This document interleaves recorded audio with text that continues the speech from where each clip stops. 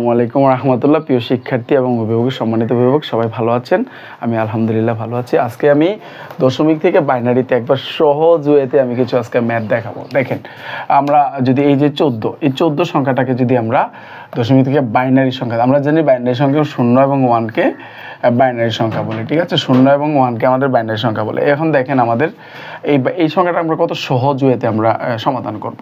দেখেন 1, আমরা প্রথম 1 চিন্তা করব। 1-এর ডাবল কত বলেন তো? 2, 2-এর ডাবল কত বলেন তো? 4, 4-এর ডাবল কত বলেন তো? 8, 8-এর ডাবল কত বলেন তো? 16।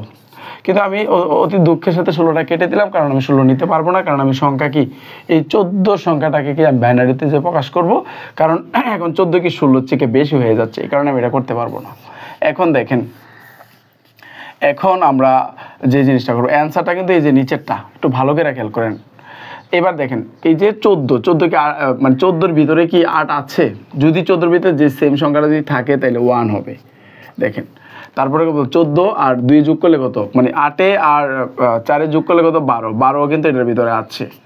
12-এর সাথে 2 যোগ করলে কত বলেন তো? 14, তাও কিন্তু এখানে আছে, তাইলে আমরা 1 দিতে পারবো। 14 থাকলেও হবে। দেখেন আমি আবার বলতেছি, 8, 8-এ আর 4-এ কত? 12, 12 14-এর ভিতরে আছে, এবং কি 12 আর 2 যোগ করলে 14, 14 কিন্তু 14-এর ভিতরে আছে। এখন দেখেন এটা 1 যদি যোগ করি 15, 15 তো এখানে নাই, তাইলে যেটা নাই সেটা আমরা কি ধরবো?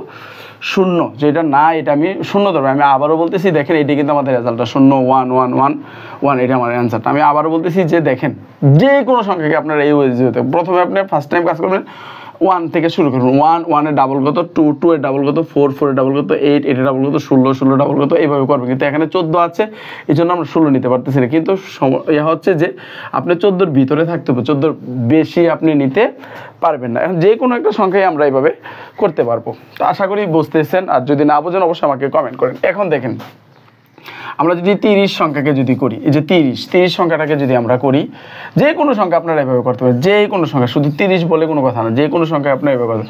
দেখেন 1, 1-এর ডাবল কত বলেন তো? 2, 2-এর ডাবল কত বলেন তো? 4, 4-এর ডাবল কত বলেন তো? 8, 8-এর ডাবল কত বলেন তো?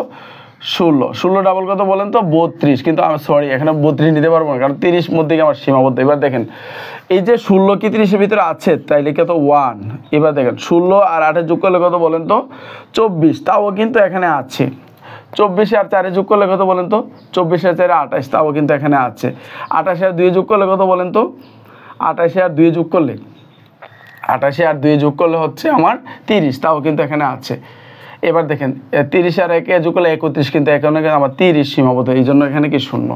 আমরা চাইলে যে কোনো সংখ্যা আপনি এইভাবে এই ওয়েতে করতে। আমার রেজাল্ট কত? 0 1 1 1 1 1, ঠিক আছে? আমার বাইনারি সংখ্যা 0 এবং 1 1 1। দেখেন কত সহজ টেকনিক। আপনি যদি এই টেকনিকটা জানেন, আপনি খুব সহজ ওয়েতে কিন্তু করতে পারেন।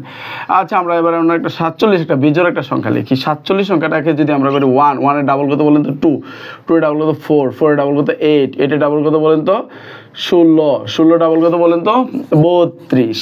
দেখেন 32-এর ডাবল কত? 64। সরি, আমি 64 কিন্তু নিতে পারবো না, কিন্তু আমার এখানে সীমাবদ্ধ আছে কত? 48। সীমাবদ্ধ আছে কত বলেন তো? 48। দেখেন এখন আমরা এটা যেটা করব সেটা হচ্ছে, দেখেন 32 তো অবশ্যই 47-এর ভিতরে আছে, আমরা চোখ